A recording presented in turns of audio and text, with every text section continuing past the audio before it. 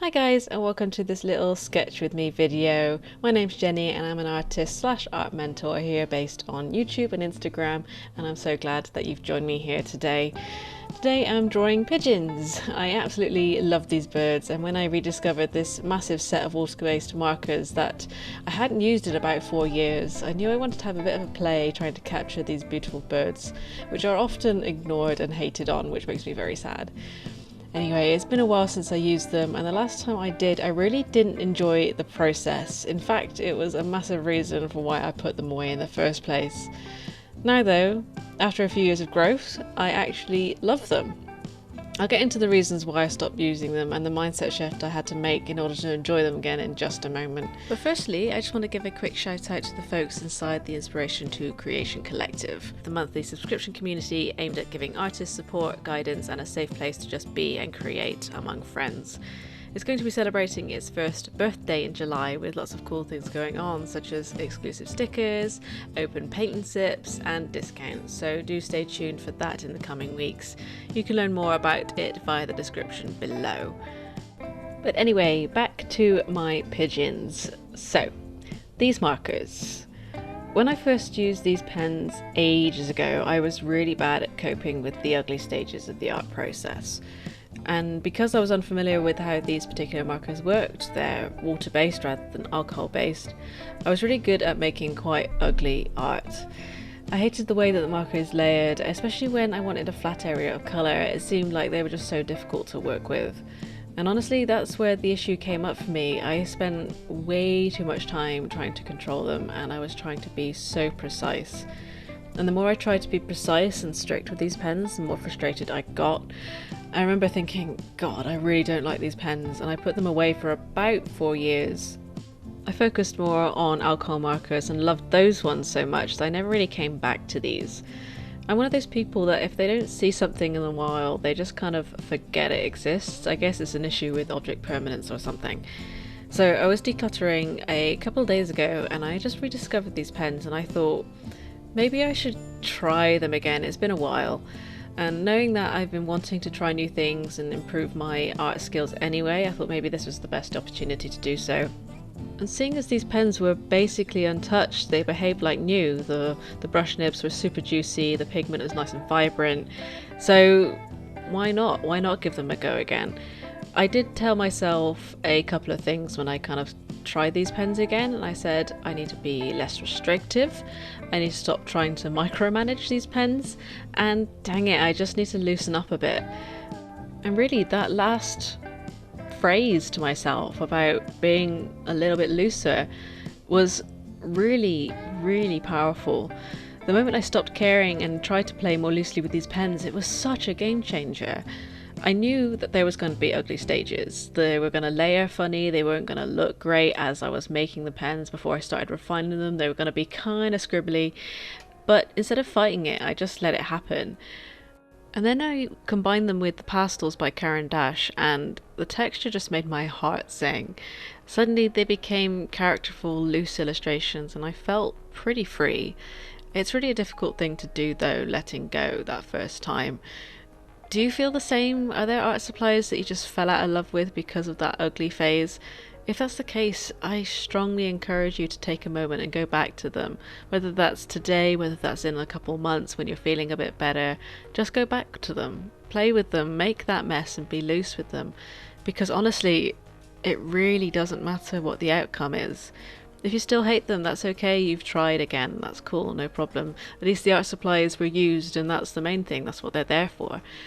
But you may find that you just love them, and actually in the years or the months that you stopped using them, that suddenly you feel differently about them. And you might rediscover something which is awesome. There are a bunch of facets as to why it's so heartbreaking when art supplies sit unused.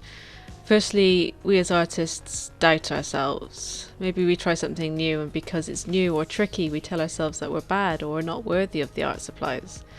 That mindset devastates me because honestly, how are we supposed to get better if we don't even try? It's such a vicious circle that's really hard to break. And I get it. I know that feeling too of wasting art supplies, because why should we use them if we aren't good enough to use them to their full potential?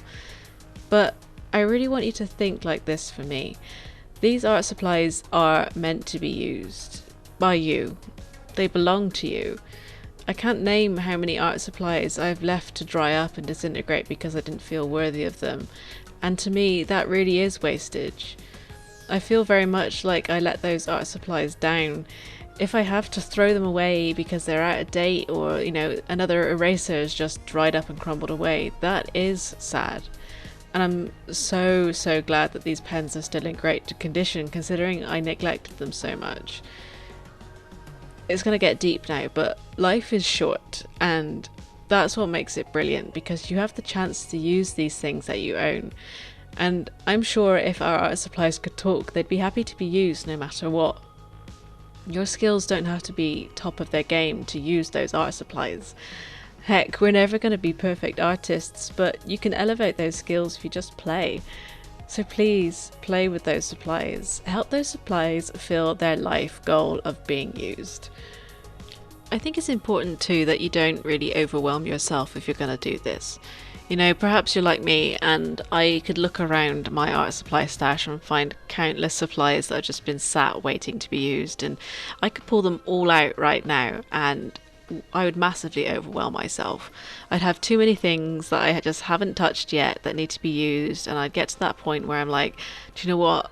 No, not anymore. I don't feel it. I don't feel like doing it anymore. I'm going to put them all away again and I'm going to forget about them.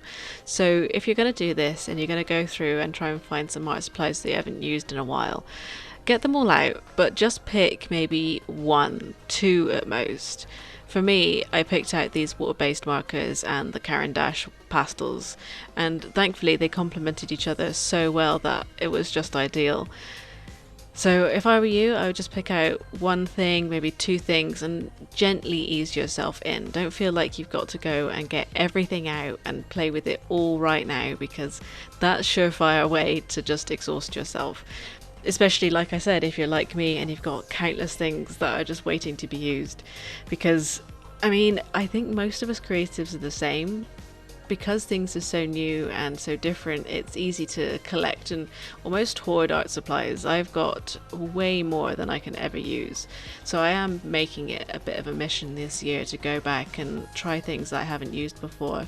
And it's really working. I'm finding it really therapeutic. It's really nice to discover new skills and to mess around and just make things for the sake of making things.